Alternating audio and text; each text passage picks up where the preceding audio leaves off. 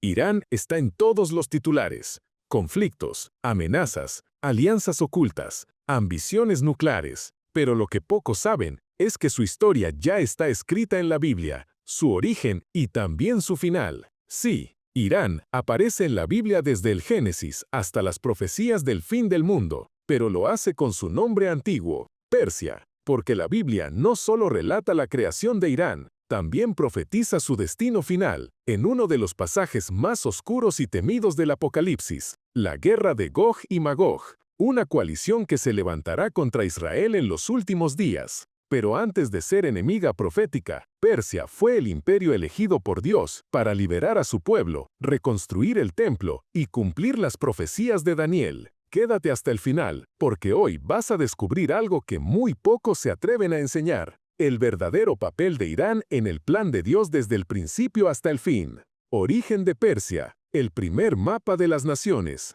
Empecemos. Todo comienza en el libro del Génesis. Tras el diluvio, Dios da a la humanidad un nuevo comienzo, y se revela cómo nació la nación de Persia. Noé y su familia fueron los únicos sobrevivientes sobre la tierra, y sus 3 hijos, Sem, Cam y Jafet, se convirtieron en los nuevos padres de las naciones. Y en el capítulo 10 encontramos el primer mapa de las naciones de la tierra. Leemos, estas son las generaciones de los hijos de Noé, Sem, Cam y Jafet, a quienes nacieron hijos después del diluvio. De estos se poblaron las costas, cada cual según su lengua, conforme a sus familias en sus naciones. Este es el mapa genealógico de los hijos de Noé. Aquí se revelan los 2 patriarcas de los que nacería el imperio persa, Mada y Elam. Madai era hijo de Jafet, y de él descendieron los medos, un pueblo que habitaría las montañas del norte en la región que hoy forma parte de Irán. Desde las montañas del norte de Irán, los descendientes de Madai comenzaron a expandirse, fundando aldeas, clanes y tribus. Eran independientes, duros montañeses conocidos por su resistencia y su organización tribal. Madai es el antepasado directo del corazón norte del Irán antiguo, y el segundo nombre es Elam, hijo de Sem. Sus descendientes, los elamitas, se asentaron al suroeste de Irán, en las fértiles tierras cercanas al Golfo Pérsico. Pero en Génesis 14 se narra la primera gran guerra internacional de la Biblia. 4 reyes del este, entre ellos, Kedorlaomer, rey de los elamitas, se alían para invadir Canaán, saquean ciudades, esclavizan pueblos y toman como prisionero a Lot, el sobrino de Abraham. Elam no era una tribu insignificante, era una potencia, y según la Biblia, fue la primera nación que atacó al pueblo de fe. Pero Abraham no se quedó de brazos cruzados. Con solo 318 siervos entrenados, persiguió a los invasores y los venció de noche. Rescató a Lot, liberó a los cautivos y humilló a los reyes del oriente. Fue una victoria imposible, una victoria que no tenía lógica humana y que dejaba un mensaje claro: ningún poder del este puede prevalecer contra los que tienen el favor de Dios. Pero el pueblo de Elam no desapareció. Los siglos pasaron, generaciones nacieron y murieron, y aquellas tribus que habían sido derrotadas por Abraham crecieron en número. Los elamitas y los medos compartían el mismo suelo, el de la antigua Mesopotamia oriental, uno al suroeste en las llanuras fértiles de Elam, el otro en las montañas del norte, donde la crudeza forjaba el carácter de los medos. Y mientras los imperios venían y caían, una nueva fuerza se preparaba en silencio. Primero fueron clanes, después reinos y finalmente un imperio, el imperio persa. Y aunque eran naciones paganas, no estaban fuera del plan de Dios. Los profetas Isaías y Persia en las profecías de Isaías, Jeremías pronunciaron 2 grandes profecías sobre ellos. La primera, a través de Isaías, decía que Dios usaría a Elam y Media como instrumentos para castigar a Babilonia. Babilonia, que había destruido Jerusalén y quemado el templo, no quedaría impune, y Dios ya había decidido quién la castigaría: la unión de los pueblos de Irán. Pero la segunda profecía fue aún más sorprendente, porque Dios no solo usaría a Persia para castigar, también sería su herramienta de liberación. Dios anunció por boca del profeta Isaías que un rey pagano de Persia, aún no nacido, sería su instrumento para liberar al pueblo de Israel del exilio y ordenar la reconstrucción del templo en Jerusalén. Isaías lo llamó por su nombre, más de 150 años antes de que naciera. Así dice Jehová a su ungido a Ciro, y ambas profecías se cumplieron con una exactitud aterradora. En el siglo 7 a.C.,